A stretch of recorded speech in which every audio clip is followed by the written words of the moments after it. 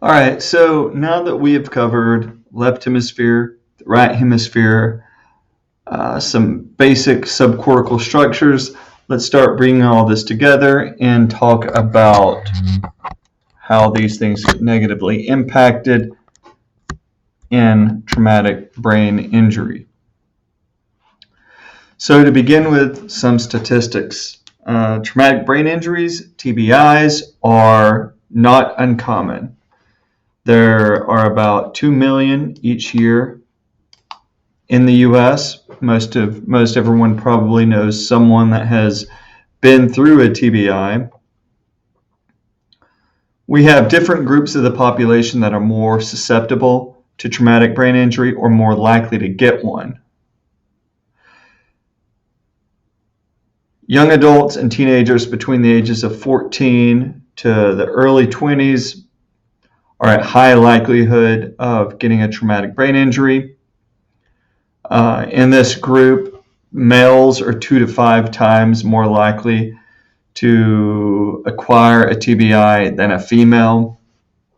And we have males, we have more TBIs, and we have worse TBIs than females. And that makes sense because we're out there doing more ridiculous things more often. And that correlates with our slower to develop prefrontal cortices in especially the male adolescent. This is the part of your brain we just mentioned in the last section that plays a role in motor initiation, but it also plays a role in your ability to, your forethought, your ability to really think ahead and understand how things might play out. Females' prefrontal cortices develop at a faster rate than guys do.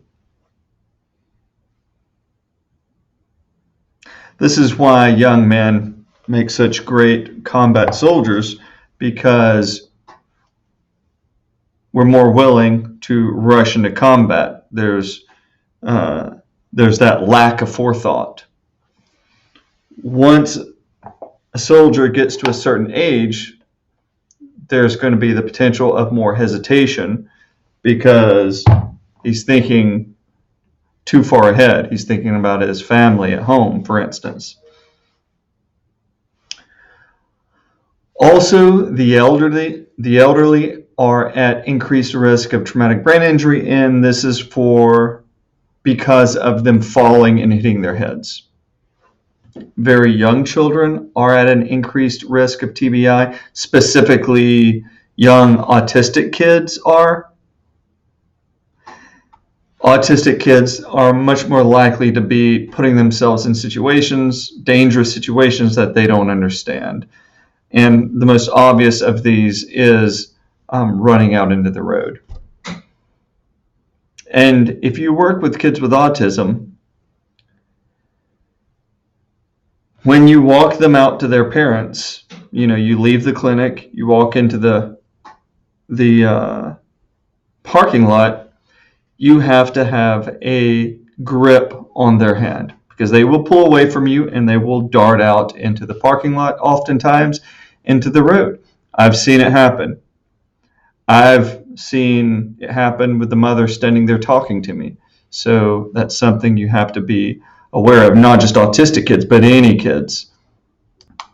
The more urban, the more poor the geographical area, the more likely there is to be a higher level of violent crime, which is going to translate into the people that live there, the people committing the crimes, and also innocent bystanders and victims of crimes acquiring traumatic brain injuries. And also, here's a statistic for you. 90% of kids under 3 that die in the United States, their death is non-accidental. So what does that mean? That means basically they were murdered through abuse or shaken baby syndrome, physical abuse, something like that, and usually the reason they die is trauma to the central nervous system, trauma to the brain.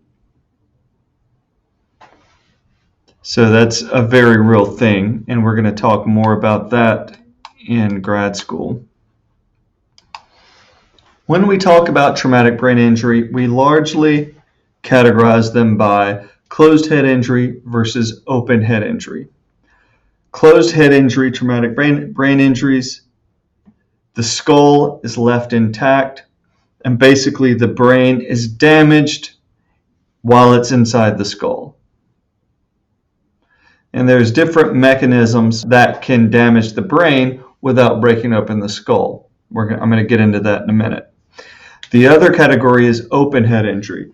And this would be a form of traumatic brain injury where the skull is penetrated, and then whatever has penetrated the skull is going to further proceed through the brain, damaging the brain.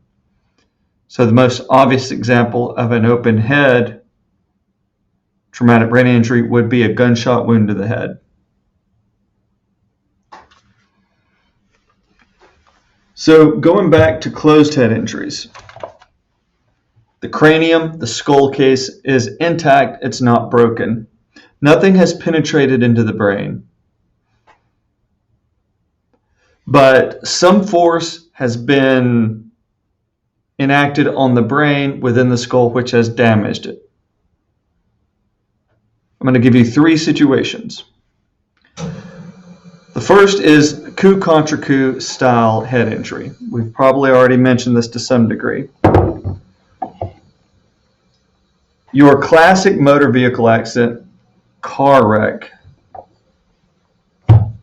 If there's a traumatic brain injury, oftentimes the profile of injury is referred to as a coup contra coup style injury. And that means that the car came to a sudden halt, and the head came forward and also came to a sudden halt, probably when it hit something, and the brain comes forward, strikes the inside of the anterior part of the skull, damaging the prefrontal lobes and the tips of the temporal lobes. And then the head is going to bounce back and hit the headrest, coming once again to another sudden halt, causing the brain to hit against the inside of the back of the skull, damaging, in this case, the occipital lobe, cerebellum, maybe the brainstem. So the initial impact is coup, and the secondary impact is the contra coup. And it doesn't have to be anterior posterior, it can be side to side, coup contra coup. In the example I've given you, anterior to posterior, you're going to have generalized damage to the frontal lobes, generalized damage to the anterior of the temporal lobes, generalized damage to the occipital lobe, the cerebellum, and maybe the brainstem. So in this situation, in coup contra coup, the thing that has damaged the brain, the force, is a sudden deceleration, acceleration, and deceleration. So coup contra coup is referred to as an acceleration-deceleration injury. The brain has been damaged within the skull due to sudden stopping or starting. Let me give you another example of a different kind of closed head injury. Still a car wreck, but instead of my car running into something and coming to a sudden halt, let's say I'm sitting at a stoplight or I'm going down the highway and another vehicle clips the back end of my vehicle, sending my vehicle into a spin, hard spin. As my skull is spun around inside that vehicle and the brain is very soft, almost gelatinous. And if the G-force that is imparted on the brain within the skull, the inertial forces, if that is enough to warp the brain within the skull, then this is called diffuse axonal shearing. What happens is by warping the brain into the skull, you are pulling apart axonal connections, the connections between neurons, across large areas of the brain, creating small micro lesions. And you can see these little dots here. So this is evidence here, all these micro lesions of diffuse axonal shearing. And you can have diffuse axonal shearing co-occur with an acceleration-deceleration injury, and that is probably likely on some level. You'll see a lot of traumatic brain injuries in individuals that are involved in law enforcement. There's a lot of traumatic brain injury that happens in the military. And historically, like way historically, like up until the modern wars that we've had in the Middle East over the last 20 years, the primary kind of traumatic brain injury that an American soldier would experience would be gunshot wound to the head. Over the last 20 years, with the wars in Iraq and Afghanistan, the primary form of traumatic brain injury has become a closed head injury that is the result of being exposed to an explosion. So, and if you guys are familiar with the lingo, largely what we're talking about here is our improvised explosive devices. These are the bombs that the enemy sets that you don't know about that explode near you, or rocket-propelled grenades potentially. But there is an explosion. That explosion creates a blast wave, a shock wave. And what that shock wave is a sudden increase in pressure, and then a sudden rarefaction, a sudden decrease in pressure. So this wave of pressure that is generated by a bomb, it's going to move through the environment. And when it moves through a person's body, that wave of compression is going to compress together everything in the body that it can. And then behind that wave of compression, everything is going to be pulled apart because of the rarefaction, the negative pressure part of the blast wave that comes after the extreme positive pressure. And if the brain is very soft, then as this wave of pressure moves through the body, it's going to move through the brain, and the brain is going to be compressed. Tissues of the brain are going to be compressed and then pulled apart. And that is going to create all kinds of potential damage within the brain, also within the eyes, because the eyes are fluid filled. Anything in the body that is filled with fluid or air or is soft is potentially negatively impacted by this mechanism of damage, which is referred to as barotrauma. Trauma as a result of changes in pressure that the body has experienced. So I've given you three mechanisms, three forces that can create closed head injuries. Sudden stops and starts, which is your acceleration, deceleration head injuries, and that's coup contre coup. G-force, or inertial forces, centrifugal forces is another way of referring to it.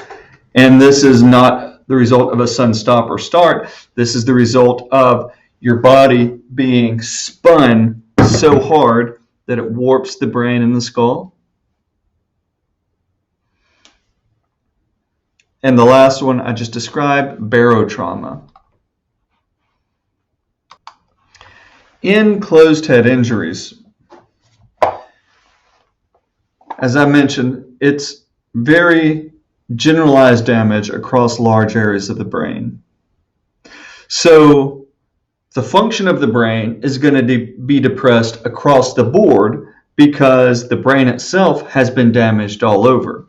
It's not like you're just damaging Broca's area and losing language. You're damaging everything a little bit, bringing your overall function in motor, cognition, communication down. Following any traumatic brain injury, there's going to be swelling in the brain.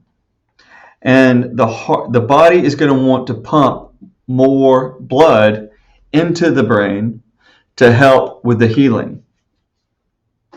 These two things are going to increase the amount of pressure within the skull. That is, the amount of pressure within your skull is referred to as intracranial pressure. We all have hopefully normal intracranial pressure. But once intracranial pressure starts to increase after a TBI, there comes a point where your brain can be crushed within the skull due to increased intracranial pressure, and that could cause you to die. There could come a point where your heart can't push any more blood up into the skull. And if your heart can't get any more blood into the skull, then it can't get any more blood to your brain. And then also in that situation, you won't be alive for very long. So controlling increased intracranial pressure following closed or open head injuries is a large priority, because pretty much immediately after the TBI, intracranial pressure is going to start rising. The sooner you get medical treatment, the sooner they can get that increasing intracranial pressure under control, the greater your odds of survival are going to be. So let me give you an example, a general example of what a motor vehicle coup contre coup style TBI patient might look like. Let's say you have a guy, he ran into something in his car, head came forward, damaging the frontal lobe, damaging the tips of the temporal lobes. Head went back, hit the headrest, damaging the occipital lobes, parietovisual association areas perhaps, certainly damaging the cerebellum, probably damaging the brainstem on some level. What is he going to look like? Let's start with low-level function and work our way up. Worst case scenario is that there's damage to the brainstem, because if there's damage to the brainstem, you're going to be at some level of reduced awareness, meaning you might be in a coma. You might be minimally responsive, but not really there, in which case you'd be in a vegetative state. The brainstem needs to be intact because it has the respiratory center that regulates your breathing. So without that, your body's not going to breathe. So this guy may be on a ventilator. So he may have a trach right here and be hooked up to a ventilator that's breathing for him. And if he's in a coma or a vegetative state, or even if he's not, he's probably going to have a feeding tube placed to keep him alive for the short term, because he's probably not going to be able to eat regardless because of motor deficits. Because if you've damaged the brainstem, you've probably damaged the upper motor neurons passing through it. You've probably damaged the cranial nerve nuclei, which is where the lower motor neurons of the cranial nerves synapse with the upper motor neurons. And if you damage those, then you shut down the lower motor neurons of the cranial nerves, meaning you're unable to get motor plans out to your structures of your head and neck very well. And that's going to make mastication and deglutition difficult. In addition to difficulty with motor initiation due to prefrontal cortex damage and assembling your motor plans, and that is going to be premotor and primary motor cortex. So they have a lot of potential motor issues, and the cerebellum is damaged. So swallowing, mastication, and deglutition is probably not happening for the moment. So they're going to be on a feeding tube.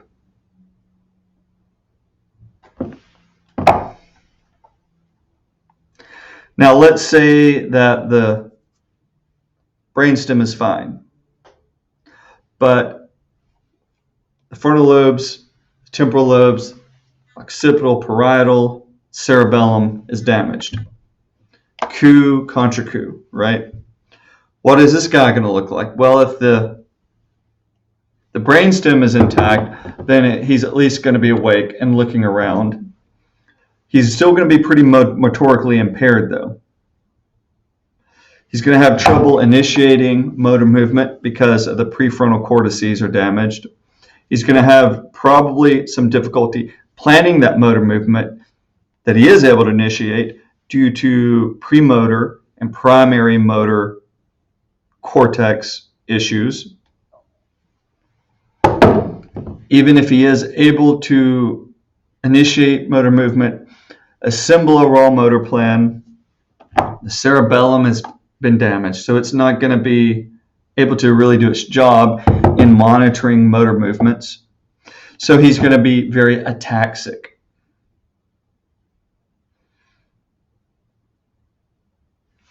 On top of that, the left hemisphere has been damaged.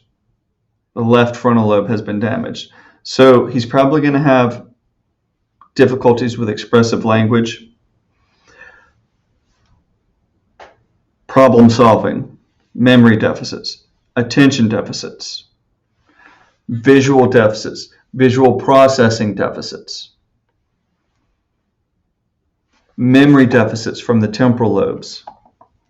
He's probably going to be very sensitive, oversensitive to sound due to damage to the temporal lobe, and light due to damage to the occipital lobes. So this guy is going to have speech problems. He's going to have language problems. He's going to have cognition problems. He's going to have swallowing problems. He's probably going to have every problem that you see.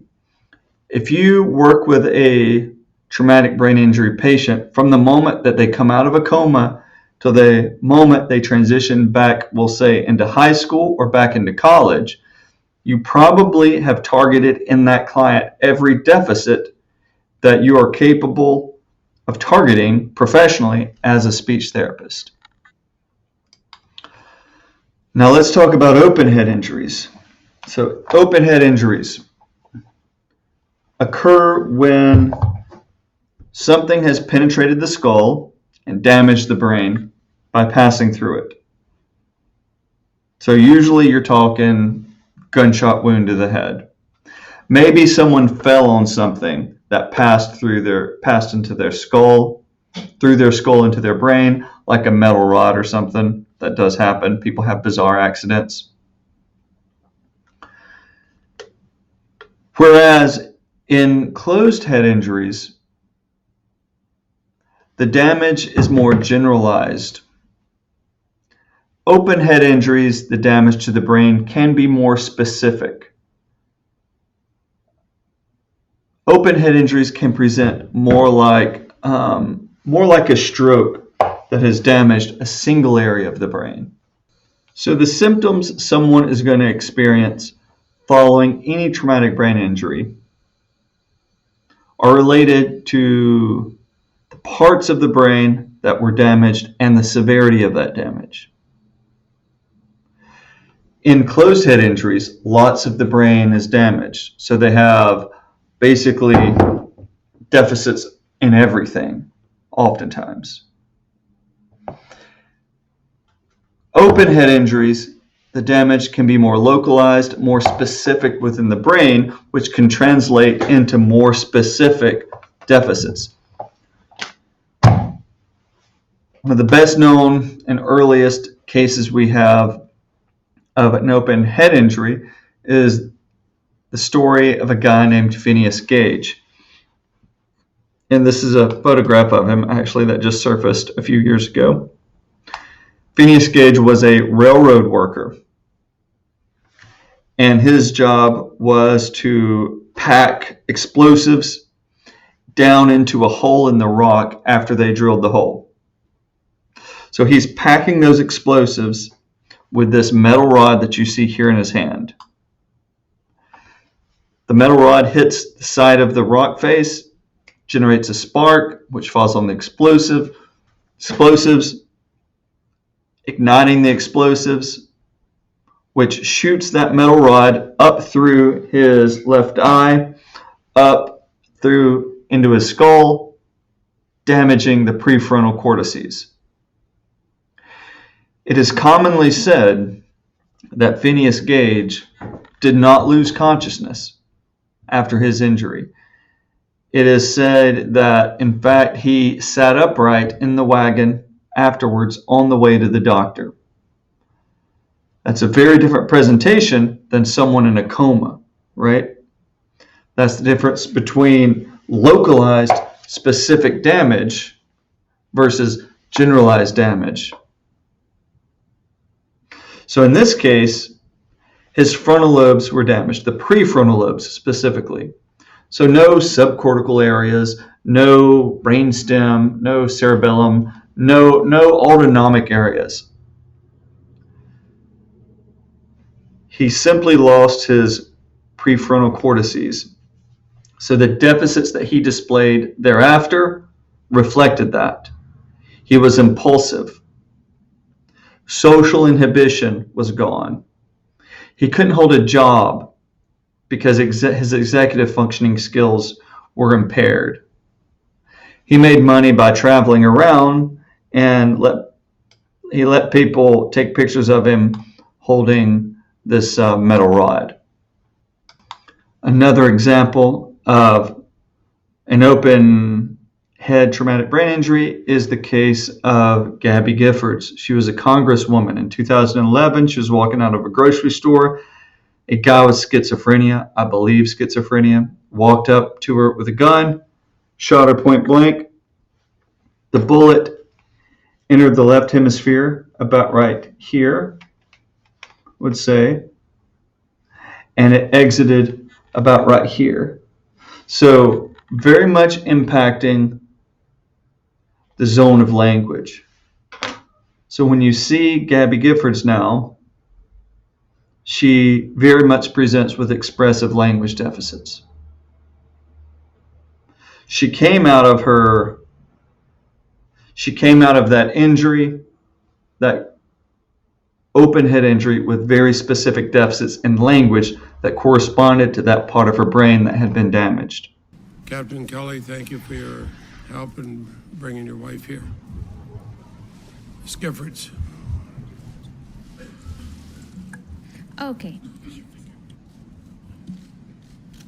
Thank you for inviting me here today.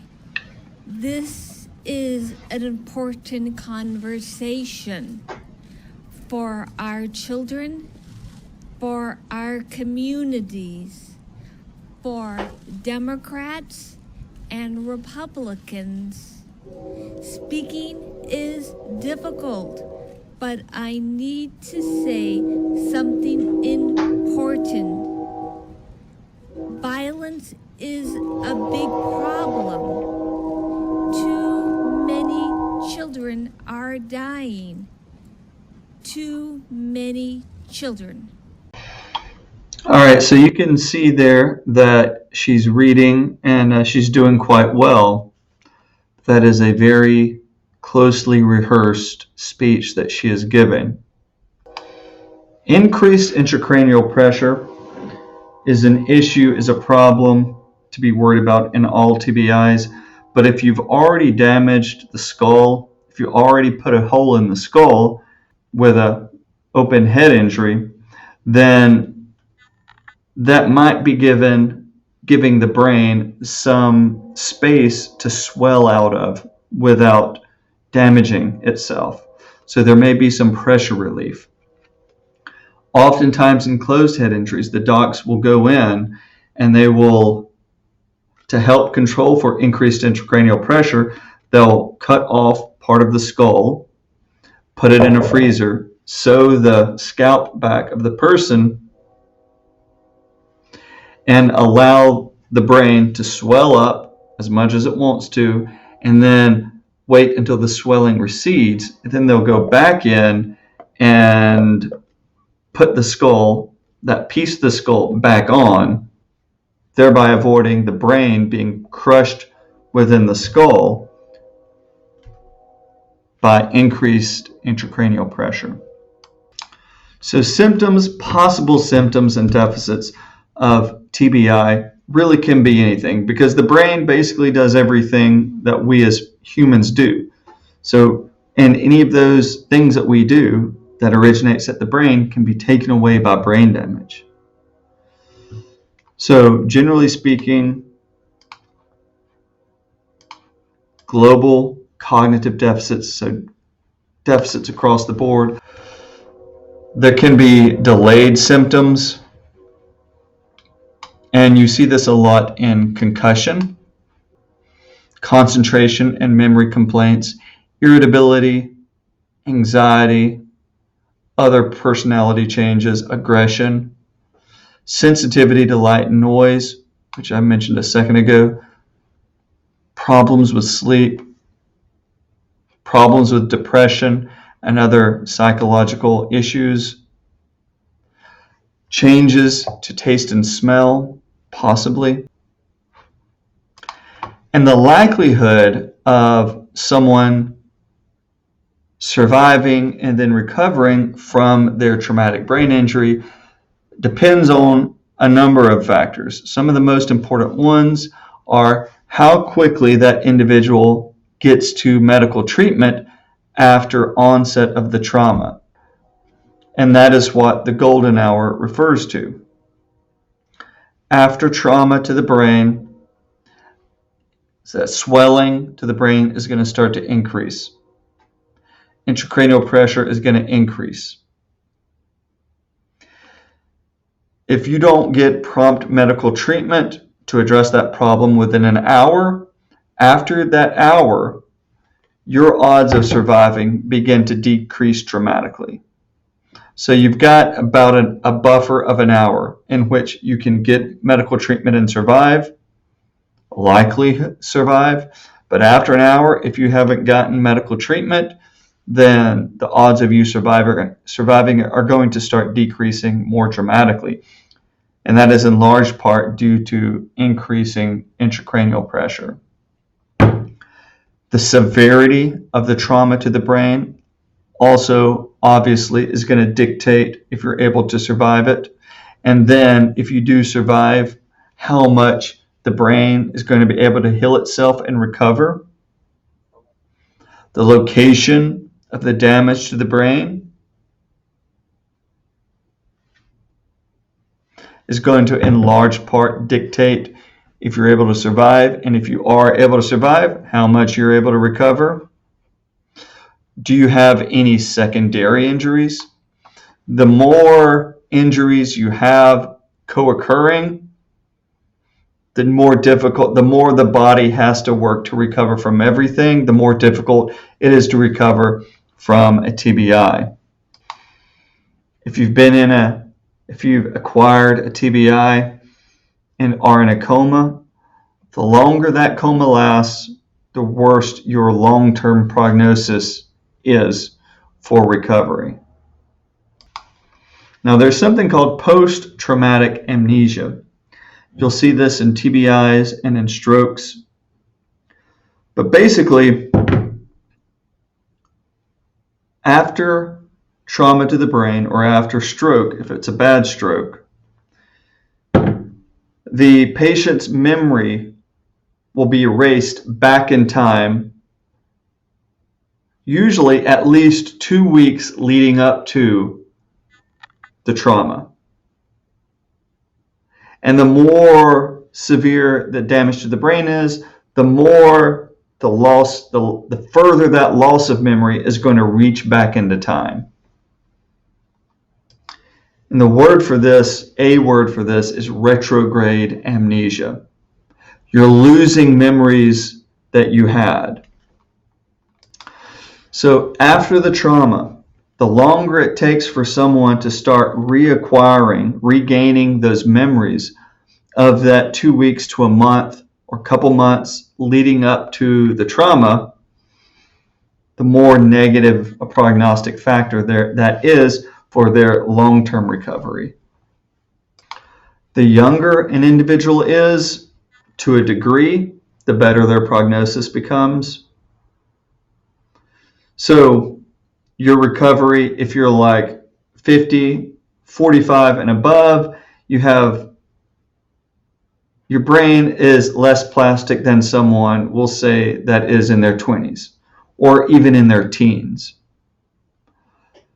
or maybe even just an older child. But there comes a point where the brain becomes more susceptible to damage, and this is what you see in infants. And this is why babies that are shaken are, and that, by the way, is, what is that? It's coup contra coup. That's acceleration, deceleration style injury to the infant's brain. That brain is much more susceptible to damage in that very young baby. So if you're in your teens or your 20s, that bodes well for your long-term recovery. If you're in your 60s and your 70s, that necessarily does not bode well. If you are a drug user or an alcoholic, your brain is already dealing with the damage that is coming from that. So that's just one more thing that the brain has to deal with in recovery. So that negatively impacts prognosis. If there was a period of time after the TBI onset, so let's say there's a car wreck and that person has had a coup contra coup or diffuse axonal shearing or both, but now there was brainstem damage, they're not breathing. How long are they not breathing? Because as you know, the longer they're not breathing, the more that the brain is going to die. So the longer the period of anoxia, if they were in a state of anoxia, the worse their prognosis for recovery is in the long term. So if you damage the frontal lobe, you are going to have deficits in all these things that the frontal lobe does. If you damage the temporal lobe, you're going to have deficits in all these things that the temporal lobe does. If you damage the parietal lobe, same thing, deficits in all these things that the parietal lobe does, occipital, and the cerebellum. If you damage the brainstem, you're going to have possibly deficits in some autonomic functions like breathing, appropriate heart rate, level of consciousness, level of awareness. So individuals with traumatic brain injuries can present in a myriad of different ways based on the parts of the brain that have been damaged and the degree to which they've been damaged. So let's talk about what a coma and a vegetative state actually is. So normally, our level of awareness is a binary thing. We're either completely awake or completely asleep, right? And there's maybe a little bit of fuzziness around the boundaries there when we're waking or going to sleep, but it's pretty binary.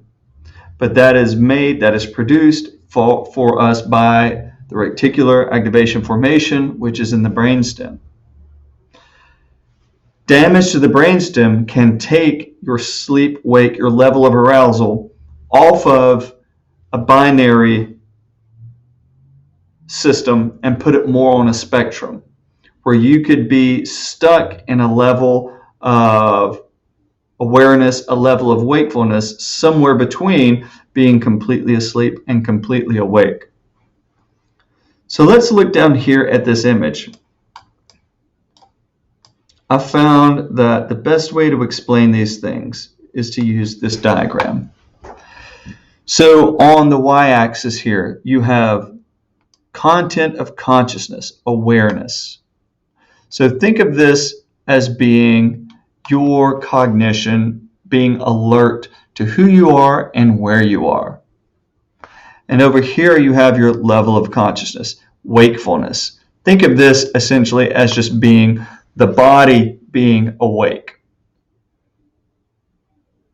So you need these two things to happen for normal conscious wakefulness.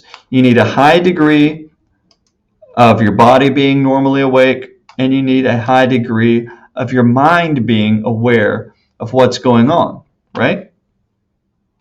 Now, with damage to the brainstem, you could potentially fall anywhere on the spectrum.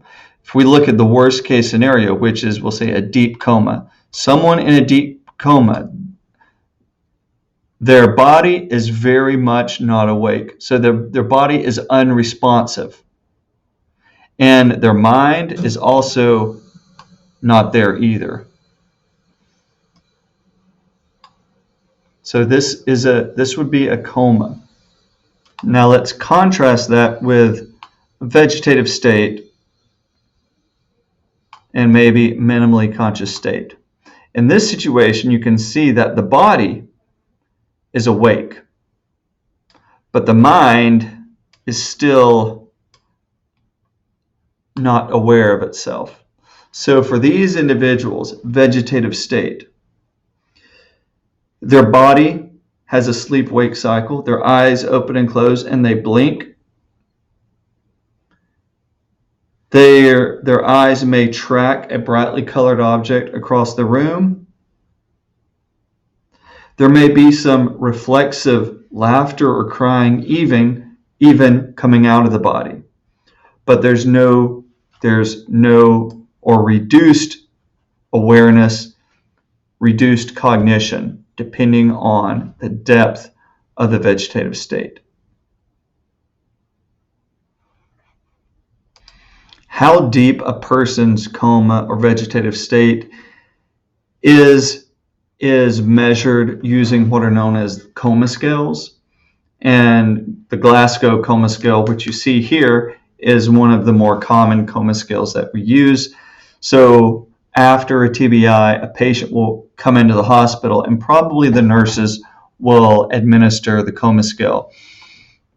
You just need to, for the most part, be able to interpret the scores that you're seeing. But basically, they're going to judge the individual on eye opening. So is there no eye opening, or are they opening spontaneously, or are they responding? Are their eyes opening in response to speech? They're going to be judged on verbal response. So is there none, or are they basically oriented and normal verbal response? And then motor response to no motor response whatsoever, to essentially what are some reflexive motor responses, all the way up to completely aware and appropriate motor responses. And so depending on where you score on eye-opening, verbal response, and motor, you'll get 3 numbers assigned to you. Those numbers will be added up, and that will tell everyone, give everyone a quick shorthand to refer to understand how deep your coma or vegetative state is, how severe it is. So obviously, the lower the number, the more severe. So you can see that if you get 1s on everything, that would be a very deep and pure coma, where the body is completely unresponsive and the mind is completely absent. If a vegetative state lasts more than 1 week, it's referred to as a persistent vegetative state.